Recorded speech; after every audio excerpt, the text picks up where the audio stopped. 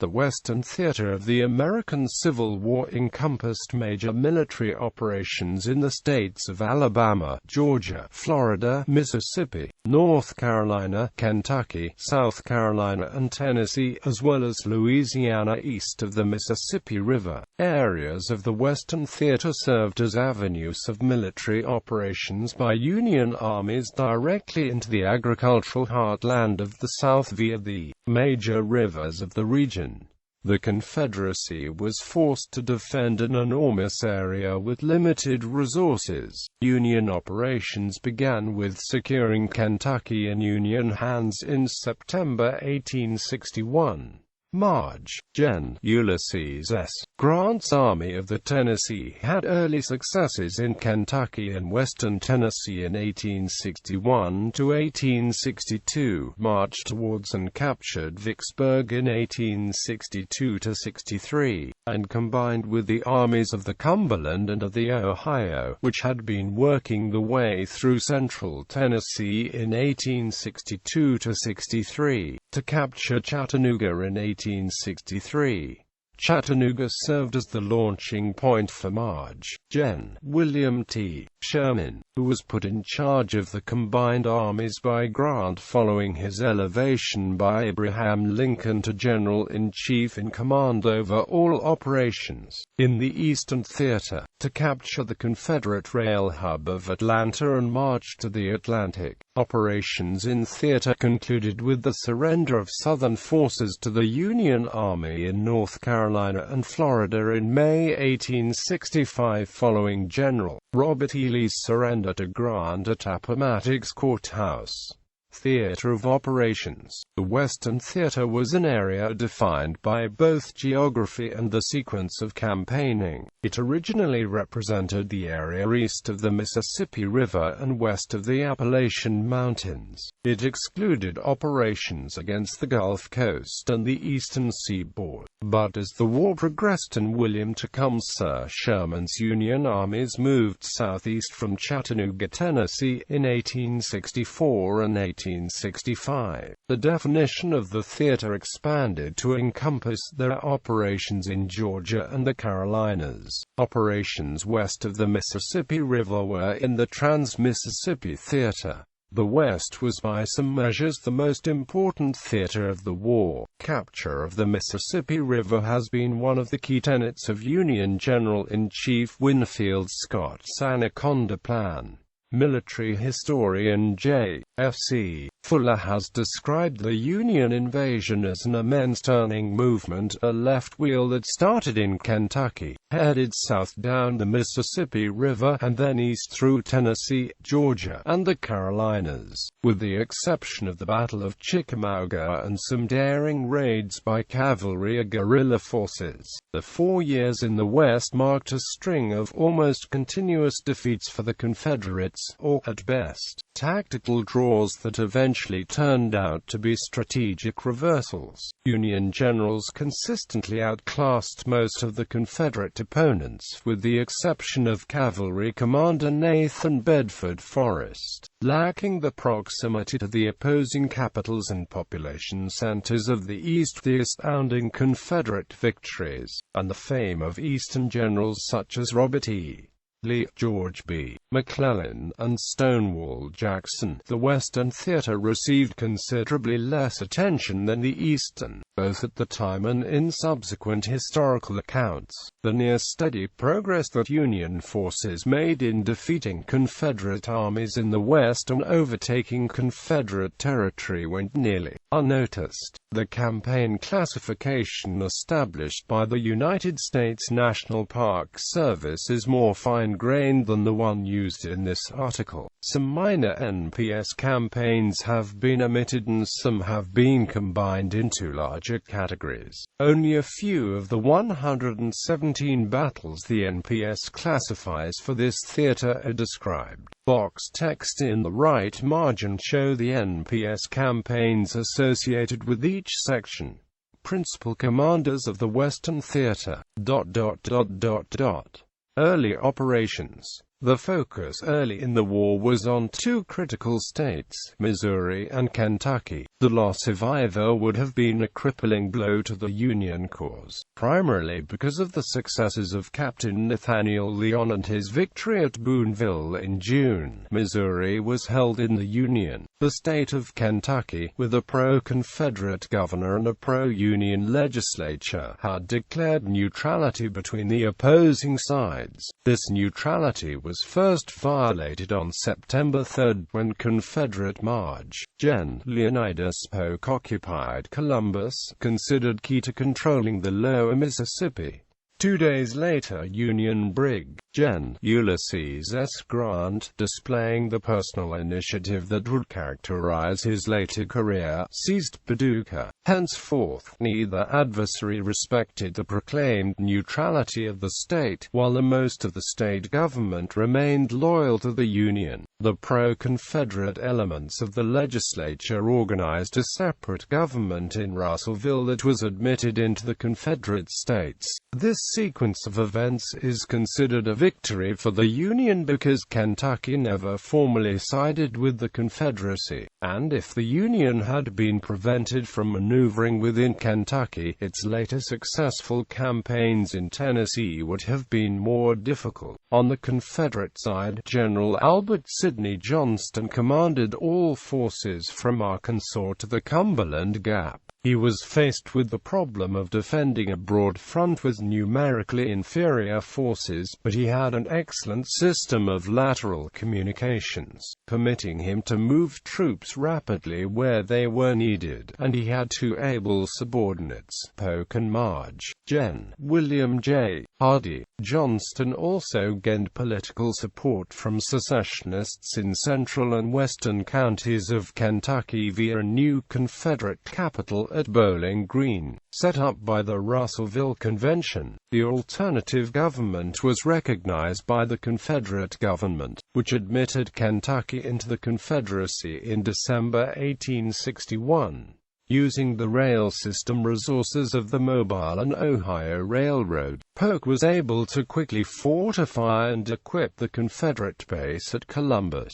The Union military command in the West, however, suffered from a lack of unified command, organized by November into three separate departments: the Department of Kansas, under Marge. Gen. David Hunter; the Department of Missouri, under Marge. Gen. Henry W. Halleck; and the Department of the Ohio, under Brig. Gen. Don Carlos Buell. By January 1862, this disunity of command was apparent because no strategy for operations in the Western Theater could be agreed upon. Buell, under political pressure to invade and hold pro-Union East Tennessee, moved slowly in the direction of Nashville, but achieved nothing more substantial toward his goal than minor victories at Middle Creek under Col.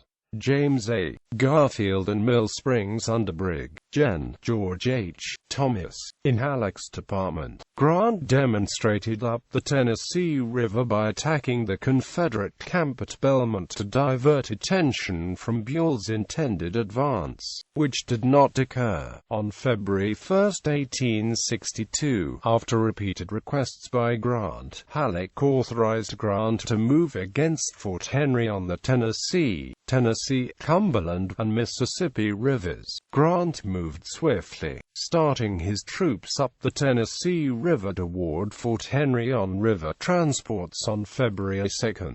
His operations in the campaign were well coordinated with the United States Navy Flag Officer Andrew H. Foote. The fort was poorly situated on a floodplain and virtually indefensible against gunboats, with many of its guns under water. Because of the previous neutrality of Kentucky, the Confederates could not build river defenses at a more strategic location inside the state, so they settled for a site just inside the border of Tennessee. Brig. Gen. Lloyd Tillman withdrew almost all of his garrison on February 5, moving them across country 11 miles to the east to Fort Donelson, with a reduced crew manning the cannons. Tillman fought an artillery duel with the Union squadron for nearly 3 hours before he determined that further resistance was useless. The Tennessee River was then open for future Union operations into the south. Fort Donelson, on the Cumberland River, was more defensible than Henry, and Navy assaults on the fort were ineffective. Grant's army marched cross-country in pursuit of Tiffman's men and attempted immediate assaults on the fort from the rear, but they were unsuccessful. On February 15,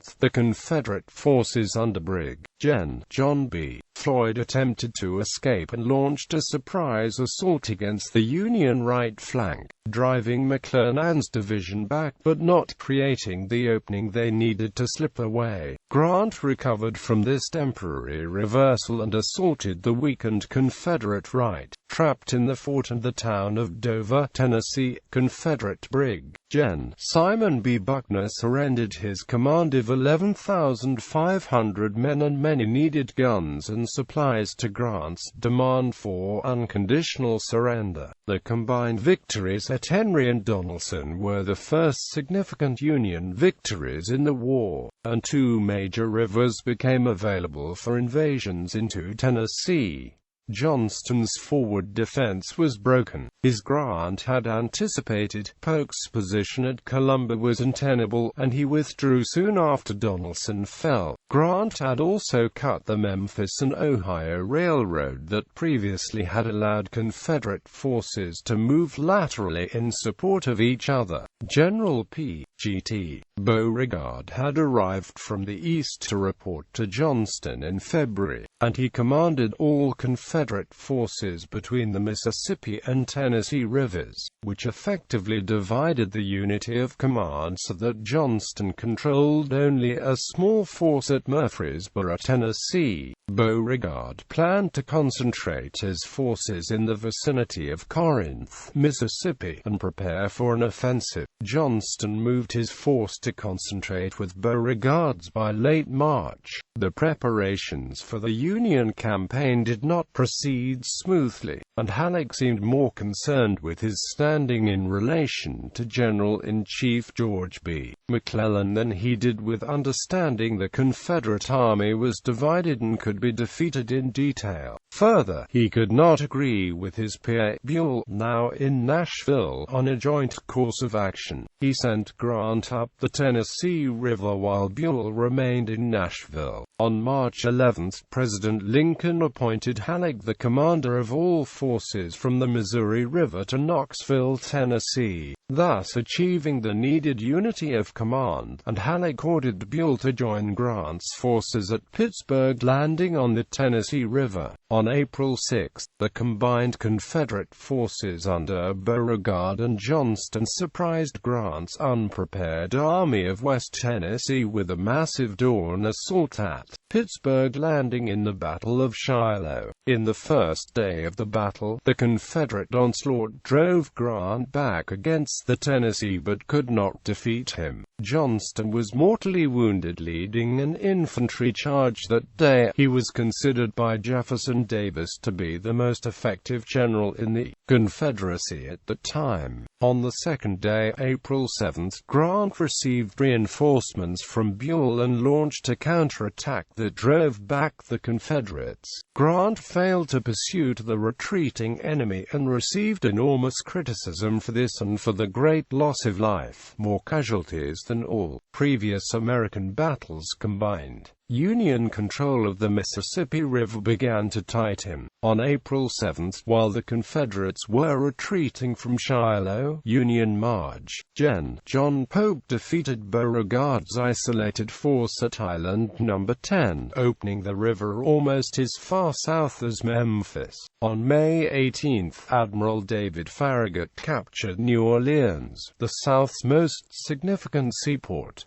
Army March. Gen. Benjamin Butler occupied the city with a strong military government that caused considerable resentment among the civilian population. Although Beauregard had little concentrated strength available to oppose a southward movement by Halleck, the Union general showed insufficient drive to take advantage of the situation. He waited until he assembled a large army, combining the forces of Buell's Army of the Ohio, Grant's Army of West Tennessee, and Pope's Army of the Mississippi, to converge at Pittsburgh Landing. He moved slowly in the direction of the critical rail junction at Corinth, taking 4 weeks to cover the 20 miles from Shiloh, stopping nightly to entrench. By May 3, Halleck was within 10 miles of the city but took another 3 weeks to advance 8 miles closer to Corinth, by which time Halleck was ready to start a massive bombardment of the Confederate defenses. At this time, Beauregard decided not to make a costly defensive stand and withdrew without hostilities during the night of May 29. Grant did not command directly in the Corinth campaign. Halleck had reorganized his army, giving Grant the powerless position of second in command and shuffling divisions from the 3 armies into 3 wings. When Halleck moved east to replace McClellan as general-in-chief, Grant resumed his field command, now named the District of West Tennessee. But before he left, Halleck dispersed his forces, sending Buell towards Chattanooga, Sherman to Memphis, one division to Arkansas, and Rosecrans to hold a covering position around Corinth. Part of Halleck's reason for this was that Lincoln desired to capture eastern Tennessee and protect the Unionists in the region, Kentucky, Tennessee, and northern Mississippi. While Halleck accomplished little following Corinth, Confederate Gen. Braxton Bragg succeeded Beauregard in command of his 56,000 troops of the Army of Tennessee in Tupelo, Mississippi, due south of Corinth, but he determined that an advance directly north from Tupelo was not practical. He left March, Gens. Sterling Price and Earl Van Dorn to distract Grant and shifted 35,000 men by rail through Mobile, Alabama, to Chattanooga. Even though he did not leave Tupelo until July 21, he was able to reach Chattanooga before Buell could. Bragg's general plan was to invade Kentucky in a joint operation with March, Gen. Edmund Kirby Smith, cut Buell's lines of communications, defeat him, and then turn back to defeat Grant. Kirby Smith left Knoxville on August 14, forced the Union to evacuate Cumberland Gap, defeated a small Union force at the Battle of Richmond, and reached Lexington on August 30. Bragg departed Chattanooga just before Smith reached Lexington, while Buell moved north from Nashville to Bowling Green. But Bragg moved quickly and by September 14 had interposed his army on Buell's supply lines from Louisville. Bragg was reluctant to develop this situation because he was outnumbered by Buell. If he had been able to combine with Kirby Smith, he would have been numerically equal, but Smith's command was separate, and Smith believed that Bragg could capture Louisville without his assistance. Buell, under pressure from the government to take aggressive action, was almost relieved of duty. As he approached Perryville, Kentucky, he began to concentrate his army in the face of Confederate forces there. Bragg was not initially present with his army, having decided to attend the inauguration ceremony of a Confederate governor of Kentucky in Frankfort. On October 8, fighting began at Perryville over possession of water sources, and as the fighting escalated, Bragg's Army of Mississippi achieved some tactical success in an assault against a single corps of Buell's Army of the Ohio. That evening Bragg realized that he was facing Buell's entire army and ordered a retreat to Harrodsburg, where he was joined by Kirby Smith's Army of Kentucky on October 10. Despite having a strong combined force, Bragg made no attempt to regain the initiative. Buell was equally passive. Bragg retreated through the Cumberland Gap and returned to Murfreesboro by way of Chattanooga. While Buell was facing Bragg's threat in Kentucky, Confederate operations in northern Mississippi were aimed at preventing Buell's reinforcement by Grant, who was preparing for his upcoming Vicksburg campaign. Halleck had departed for Washington, and Grant was left without interference as commander of the District of West Tennessee. On September 14, March, Gen. Sterling Price moved his Confederate Army of the West to Iuka at 20 miles east of Corinth. He intended to link up with March, Gen. Earl Van Dorn's Army of West Tennessee and operate against Grant. But Grant sent forces under March, Gens. William S. Rosecrans and Edward Ord to attack Price's force at Iuka. Rosecrans won a minor victory at the Battle of Iuka, but poor coordination of forces and an acoustic shadow allowed Price to escape from the intended Union double envelopment. Price and Van Dorn decided to unite the forces and attack the concentration of Union troops at Corinth and then advance into West to Middle Tennessee. In the Second Battle of Corinth, they attacked the fortified Union troops but were repulsed with serious losses. Retreating to the northwest, they escaped pursuit by Rosecrans's exhausted army, but their objectives of threatening Middle Tennessee and supporting Bragg were foiled. On October 24, the Union government replaced Buell with Rosecrans, who renamed his force the Army of the Cumberland. After a period of resupplying and training his army in Nashville, Rosecrans moved against Bragg at Murfreesboro just after Christmas. In the Battle of Stones River, Bragg surprised Rosecrans with a powerful assault on December 31, pushing the Union forces back to a small perimeter against the Stones River. But on January 2, 1863, further attempts to assault Rosecrans were beaten back decisively and Bragg withdrew his army southeast to Tullahoma. In proportion to the size of the armies, the casualties at Stones River made it the bloodiest battle of the war. At the end of the campaign, Bragg's threat against Kentucky had been defeated, and he effectively yielded control of Middle Tennessee. Vicksburg Campaigns. Abraham Lincoln believed that the river fortress city of Vicksburg, Mississippi, was a key to winning the war. Vicksburg and Port Hudson were the last remaining strongholds that prevented full Union control of the Mississippi River. Situated on high bluffs overlooking a sharp bend in the river and called the Gibraltar of the Mississippi, Vicksburg was nearly invulnerable to naval assault. Admiral David Farragut had found this directly in his failed operations of May 1862. The overall plan to capture Vicksburg was for Ulysses S. Grant to move south from Memphis and March, Gen. Nathaniel P. Banks to move north from Baton Rouge. Banks's advance was slow to develop and bogged down at Port Hudson, offering little assistance to Grant. First campaign. Grant's first campaign was a two-pronged movement. William T. Sherman sailed down the Mississippi River with 32,000 men, while Grant was to move in parallel through Mississippi by railroad with 40,000. Grant advanced 80 miles, but his supply lines were cut by Confederate cavalry under Earl Van Dorn at Holly Springs, forcing him to fall back. Sherman reached the Yazoo River just north of the city of Vicksburg, but without support from Grant's half of the mission. He was repulsed in bloody assaults against Chickasaw Bayou in late December.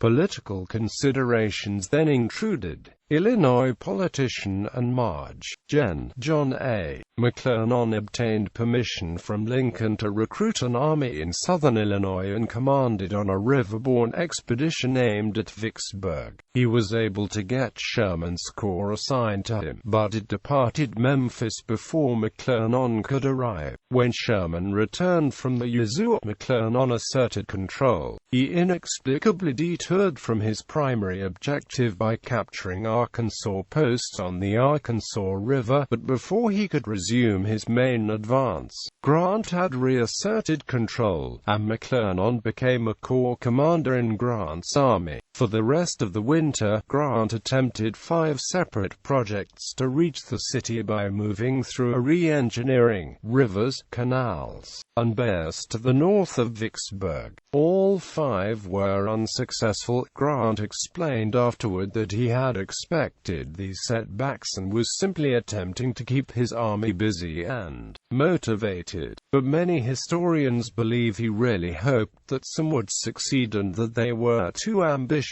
Second campaign. The second campaign, beginning in the spring of 1863, was successful and is considered Grant's greatest achievement of the war. He knew that he could not attack through Mississippi from the northwest because of the vulnerability of his supply line. Riverborne approaches had failed repeatedly, so after movement became possible on dirt roads that were finally drying from the winter rains, Grant moved the bulk of his army down the western bank of the Mississippi.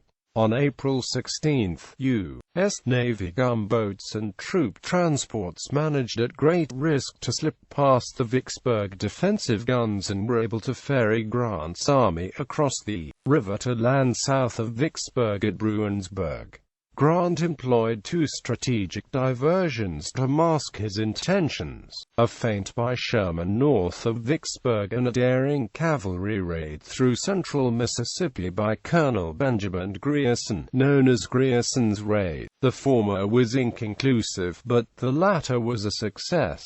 Grierson was able to draw out significant Confederate forces, dispersing them around the state.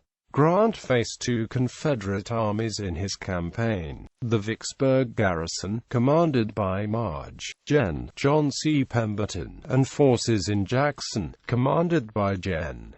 Joseph E. Johnston, the overall theater commander. Rather than simply heading directly north to the city, Grant chose to cut the line of communications between the 2 Confederate armies. His army headed swiftly northeast toward Jackson. Meanwhile, Grant brought with him a limited supply line. The conventional history of the campaign indicates that he cut loose from all of his supplies, perplexing Pemberton, who attempted to interdict his non-existent lines at Raymond on May 12. In reality, Grant relied on the local economy to provide him only foodstuffs for men and animals, but there was a constant stream of wagons carrying ammunition, coffee, hardtack, salt, and other supplies for his army. Sherman's corps captured Jackson on May 14. The entire army then turned west to confront Pemberton in front of Vicksburg. The decisive battle was at Champion Hill, the effective last stand for Pemberton before he withdrew into his entrenchments around the city. Grant's army assaulted the Confederate works twice at great cost at the start of the siege of Vicksburg, but then settled in for a lengthy siege. The soldiers and civilians in Vicksburg suffered greatly from Union bombardment and impending starvation. They clung to hope that General Johnston would arrive with reinforcements, but Johnston was both cut off and too cautious. On July 4, Pemberton surrendered his army and the city to Grant. In conjunction with the defeat of Robert E. Lee at the Battle of Gettysburg the previous day, Vicksburg is widely considered one of the turning points of the war. By July 8, after Banks captured Port Hudson, the entire Mississippi River was in Union hands, and the Confederacy was split in 2.